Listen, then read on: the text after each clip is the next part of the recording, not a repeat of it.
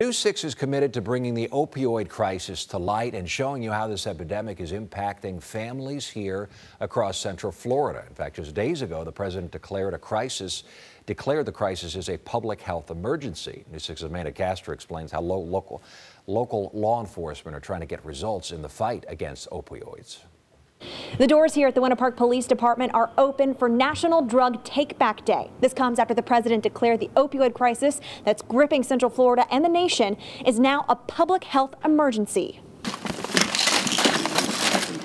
Pills packed high in this box, almost overflowing. This collection, just a week's worth from people dropping off their unwanted prescription drugs at the Winter Park Police Department. Where people come in at any time during the open hours while they're here and they can drop off their medications. Put them in there? Yeah. And they're dropping off drugs today as part of the National Prescription Drug Take-Back Day. It's a way for people to get rid of expired or unused drugs in their homes safely. Instead of just discarding them in the garbage where kids can get a hold of them, or throwing them out of their car. Hopefully nobody does that, but it can happen. Winter Park Police is just one of several agencies across Central Florida participating. And they say the event is a huge success, collecting more than 600 pounds of drugs during the last Take-Back Day.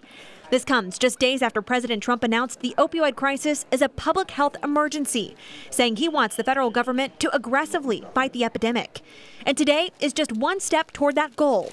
We were there as the first person dropped off a large box full of prescription drugs. This is how Central Florida is getting results as we take on the battle against opioids together. There's no questions asked, and hopefully that does help with the opioid problem going on in the United States today.